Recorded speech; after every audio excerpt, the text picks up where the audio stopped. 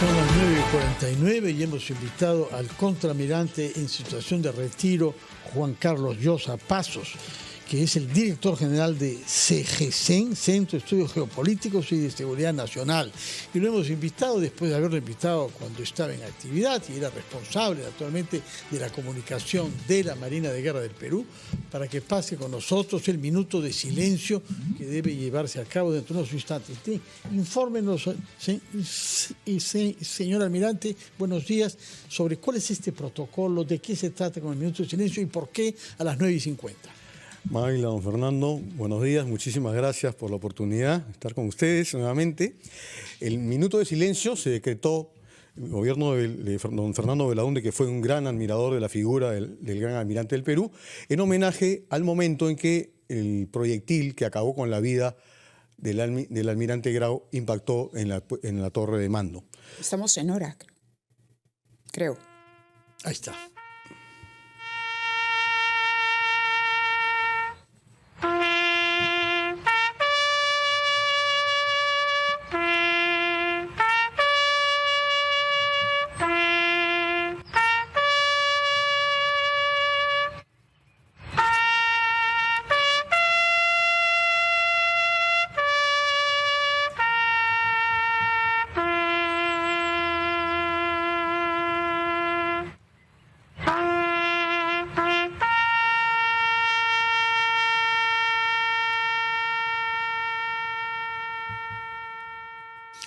Que viva Grau, almirante. Que viva Miguel Grau. Precisamente en este momento, en la ceremonia en la Plaza Central, se está rindiendo homenaje a la figura del gran almirante.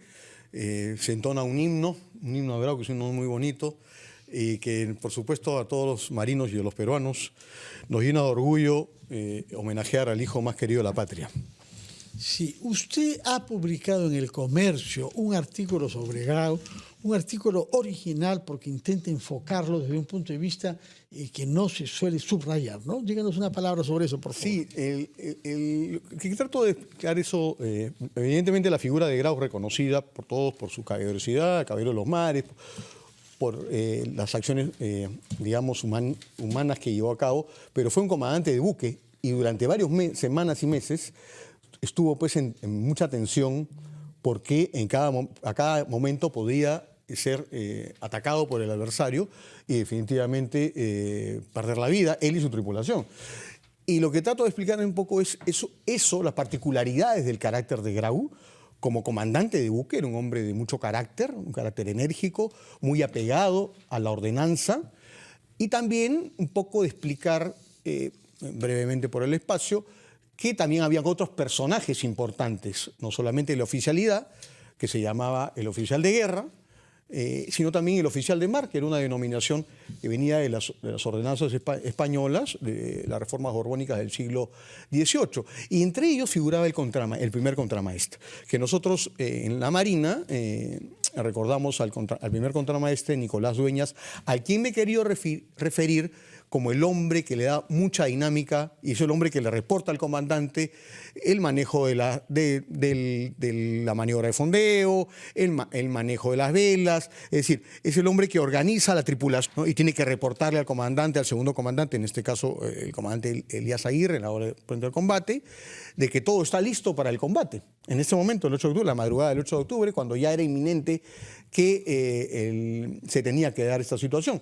La orden de Grau era evidentemente evitar el combate contra fuerzas superiores y eso es lo que trató de hacer hasta que en cierto momento ya le es imposible. Entonces se prepara y Nicolás Dueñas, que es el mayor referente de nuestro personal técnico, porque se inmola en Angamos junto a su comandante, a sus oficiales y a su personal que estaba bajo sus órdenes, es la figura predominante o a resaltar de nuestro personal, de su valor, de su entrega, de su lealtad, y porque es también un héroe naval como los otros que ahí perdieron la vida. Está destacando un aspecto de Grau que a veces se deja de lado. Se habla mucho del heroísmo, se habla de la generosidad, de la humanidad, por ejemplo, con el rescate de los chilenos en Iquique, sí. Pero las dotes del liderazgo que tenía Miguel Grau para con su tripulación fueron claves para el éxito de la campaña marítima. Sí, sin duda, Magla, porque él era un hombre, como te digo, de carácter, un hombre muy apegado a la disciplina, muy férreo y a veces, digamos, impositivo en muchas cosas, como tiene que ser un comandante, sobre todo en una situación... Pero capaz de delegar también. Por supuesto. Por lo que usted acaba de contar y por lo que sabemos de la tripulación del Huáscar. En la oficialidad. Lo importante aquí es que él es convocado previo a la guerra. Él no estaba embarcado, había terminado de cumplir una legislación en el Congreso, es destacado. Estaba retirado ya, era un político. No. En esa época el militar podía estar en actividad y podía ser. No existía la condición de actividad o retiro o renovación. No, era otra forma. Lo que podía hacer el militar era liquidar su servicio de manera definitiva. Pero sí le permitía hacer política, pero tenía que tener una licencia. Pidió su licencia para ir al Congreso. Entonces, termina esa actuación, regresa al Estado Mayor de Marina, que en esa época se llama Mayoría de Órdenes, y lo convocan a él. Y como yo resalto en el artículo, lo convocan al mejor. No necesariamente era que el gobierno tuviera muchas simpatías con él, porque él había sido muy pegado al civilismo, y ya en ese momento... Pero se sabía que el Huáscar en manos de Grau era una cosa y que en otras manos iba a ser completamente diferente. Exacto. Entonces, Grau se convoca al mejor comandante que tenía el Estado peruano en ese momento para enfrentar la guerra. Y él trae a sus propios oficiales. El segundo, el tercer oficial y muchos de ellos, dueñas, se embarcan porque él decide. Él pone un poco, yo quiero que se embarquen estos. Claro, este es mi equipo. ¿No? Este es mi equipo. Y con ese equipo se va a la guerra. Entonces, y lo que tú dices es muy cierto, porque en alguna carta que él escribe, cuando lo ascienden a contraalmirante, que es todo un tema que en algún momento escribiré sobre eso, porque hay un tema muy interesante de trasfondo, que no es tanto el hecho de haberlo ascendido por una cuestión meritoria, es una cuestión política. Él menciona que me quieren poner a un comandante, no me dan el comando de la escuadra y me quieren poner a un comandante del Huáscar, a mis órdenes directas, a 2 metros, pero yo no lo considero competente. O sea, él tenía mucho cuidado y mucho celo con la gente que lo iba a acompañar, que estaba con él, ¿no?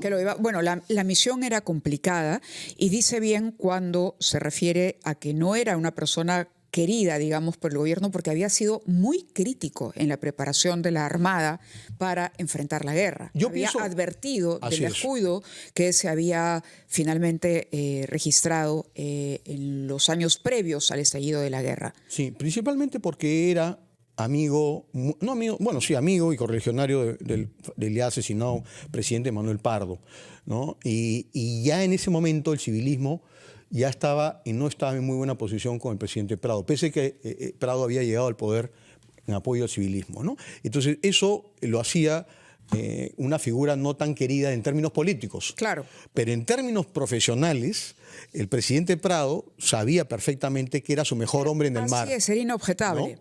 Y así se hizo. Ya después, a lo largo de la campaña, van a haber muchas fricciones entre ambos personajes. Sin duda. Que se Ahora, se vuelve... No, solamente quería hacer esta atingencia.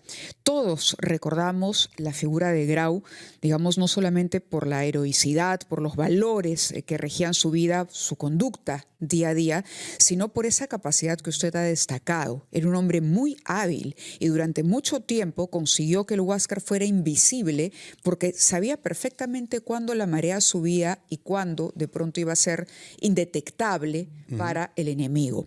En algún momento se dice que los chilenos se obsesionaron con la estrategia de Grau y trataron de adivinarlo y que por ahí vino el talón de Aquiles que finalmente permitió que fuera predecible. No, bueno, definitivamente ya con tantos meses y haciendo lo mismo, ya hay un momento en que el adversario empieza, porque no tenía era una obsesión para la Armada chilena. No tenía mayores posibilidades. Lo que Grau yo podría calificar en su acción de audaz. Es un hombre audaz. Sí. ¿No? Y esa audacia a la gente que más o menos está acostumbrada, que sigue un mismo patrón, un poco que la saca entonces, eso es lo que... Pero, claro, eso tenía que tener un punto final, porque por el desgaste de las operaciones, porque meses y meses en el mar, y porque ya más o menos que se esperaba lo mismo, porque no podía hacer otra cosa. Él no podía dar un enfrentamiento directo. No, había una diferencia tremenda. Entonces, es decir, en base a estrategia e inteligencia, él logró realmente resistir mucho tiempo. Así es. Él sacó el mejor provecho, el mejor partido a lo que tenía que hacer en el mar, es decir, hostigar, atacar y replegar, ataque y repliegue, ataque y repliegue, sorpresa, audacia, osadía. Para culminar, porque la hora nos ha vencido, yo quisiera que nos diga una palabra sobre el gesto que significó en el año 1983, bajo la autoridad de Fernando Baraúnde Terry, admirador de Grau, como usted nos lo ha recordado, que la curul que él había usado cuando fue diputado por Paita se ponga como un monumento al interior del hemiciclo. Es el único diputado de la historia de nuestra República que ha merecido un homenaje de ese tipo. Se le reconoce no solamente como marino, sino como diputado también. Por supuesto. Eso fue una iniciativa del diputado Dagoberto Lainez, de Acción Popular, en reconocimiento a los valores constitucionales. Hay que recordar esa famosa frase de Grau: no reconozco otro caudillo que la Constitución. Es un hombre que nos llena de orgullo y que es, sin duda, su presencia ahí, espiritual, pero también física con el curul, es una guía a seguir para los políticos. Y recordar que hacer política no es malo. Al contrario, es servir a la patria. Y Grau fue un servidor de la patria tanto a bordo como en el Parlamento. Su curul. Y es cierto que esa curul nos alivia de tantas decepciones que el Congreso nos ha causado en los últimos tiempos. Y como dice usted, ojalá que sirva de inspiración y guía para los que asumen la representación nacional en el Congreso. Así es. Muchas gracias por su presencia. Muchas gracias, Fernando. La próxima vez hablaremos más bien sobre Seguesen, por favor, que ya son cosas civiles y de actualidad. Hoy ha sido un homenaje a Miguel Grau, el gran almirante.